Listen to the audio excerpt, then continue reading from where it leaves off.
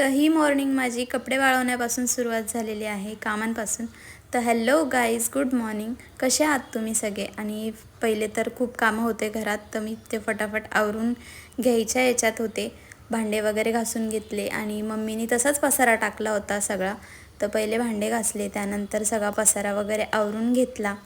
आणि हा किचन छोटा असल्याकारणाने काहीच उमजत नाही मला. मला भांडे घासायला पण जमत नव्हते या सिंकमध्ये.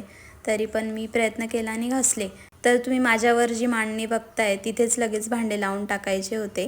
आणि खरंच मला असे छोट्याशा किचनमध्ये ना जमतच नाही कामं करायला. त्यानंतर मग सगळे कामं आवरले आणि मला शॉपवर जायचं होतं, म्हणून काय घालू, काय ड्रेसअप करू कळत नव्हतं.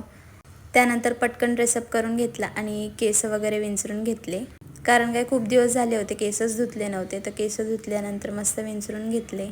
आणि माझा विचार असा चालू आहे का मी केस कट करायला पाहिजे. पण कोणता कट करायचा, काय करायचा, आणि घरातले मला नाही बोलतायत केस कट करायला. गेल्या वेळेस केस कट केले तेव्हा मम्मीचा खूप ओरडा खाल्ला. मग शॉपमध्ये गेले आणि शॉपच्या बाहेर काय असे कामं चालू आहेत रोडचे.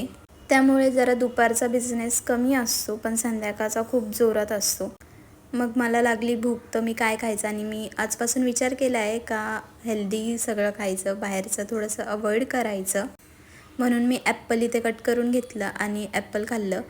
आणि हळूहळू मी आता हेल्थ कॉन्शियस होणार आहे. लवकरच मी जिम वगैरे पण चालू करणार आहे, किंवा मग घरीच योगा चालू करणार आहे. त्यानंतर ॲप्पल चांगलं होतं. कॉर्न आणले होते, तर मग मी ते खात होते. आणि मी आत्ताच बोलले का मी हेल्थ कॉन्शियस होणार आहे, बट तोंडाला काही माझ्या लगाम लागतच नाही. कारण काही बाहेरचं खायला मला खूप आवडतं. आणि आता इथे वडापाव बनवला, म्हणून मला पण म्हटलं एक वडापाव खाल्ल्याने काय होतं असा विचार केला आणि पटकन खाऊन घेतला. आणि वडापाव मम्मीच्या हातचा तर मला ऑब्वियस आवडतोच. तर थोडंसं वडापाव तिखट झाला होता, तर मम्मीला तेच सांगत होते का तिखट आहे वडापाव, थोडंसं तिखट कमी कर म्हणून. मम्मी बघत नव्हती तोपर्यंत मी वडापाव खाऊन घेतला. कारण काय आत्ताच मी आजारपणातून उठले आणि बाहेरचं खायला मला अलाउड नाही आहे. हे सगळं माझ्या मोठ्या दीदीमुळे होतं मला. आणि ती इथे मस्तपैकी एवढं सगळं घेऊन खात होती, तर मला ऑब्वियस क्रेविंग्स होणारच. त्यानंतर आम्ही बाहेर गेलो. थोडंसं काम पण होतं आणि दळण पण टाकायचं होतं. तेवढ्यात मम्मीचा फोन आला का ऑर्डर आहे खूप सारी. तर मग पटापट शॉपवर गेलो आणि ऑर्डर कंप्लीट केली. खूप दिवस झाले मी आयब्रोज वगैरे केले नव्हते, स्वतःकडे लक्ष देत नव्हते.